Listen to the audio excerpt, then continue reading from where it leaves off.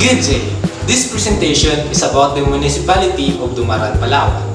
I am Francis Junji D. Tabla from Section Polaris Studio, and today I will present the history, the people, geography, and culture of Dumaran, Palawan. Dumaran is a municipality in the Philippines located in the province of Palawan. It is known for its rich natural resources, beautiful coastal areas, and agricultural lands. The town is surrounded by clear waters and is home to diverse marine life, making it ideal for fishing and ecotourism. Dumaran is also known for its strong community, cultural heritage, and its continuous growth and development while preserving its natural environment. The name Dumaran came from the word Dumarang, which means to arrive or to land. This reflects how early settlers reached the area. The first settlers were indigenous groups and migrants from Cuyo, Palawan who came in search of coral.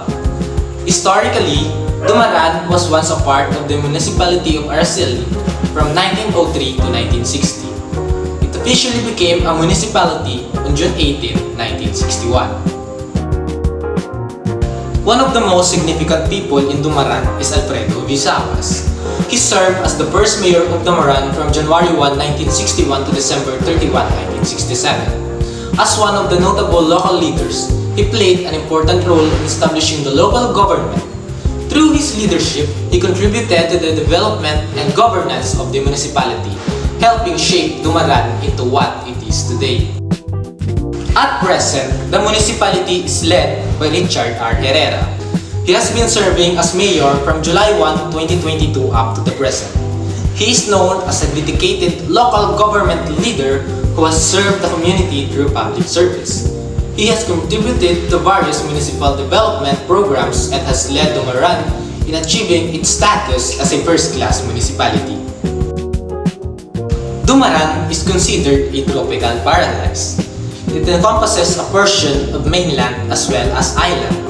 The municipality covers land area of approximately 435 square kilometers across 16 barangays.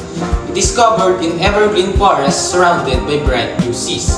Dumaran is also home to more than 136 species of fauna including endangered species such as the Philippine cocato, Philippine cangolin, and the Palawan forest turtle. Dumaran has a rich and vibrant culture. One of its major celebrations is the Kalabukay Festival, which is held annually to mark the foundation day of the municipality. The people commonly speak Cuyonon, Visayan, and Tagalog. The community is known for its strong values, unity, and active participation in festivals and celebrations. The culture of Dumaran is also reflected in its way of life. The municipality is rich in seafood dishes and farming products, which are the main source of livelihood. People in Dumaran live a simple and sustainable lifestyle that is closely connected to nature. Dumaran is home to many beautiful tourist attractions.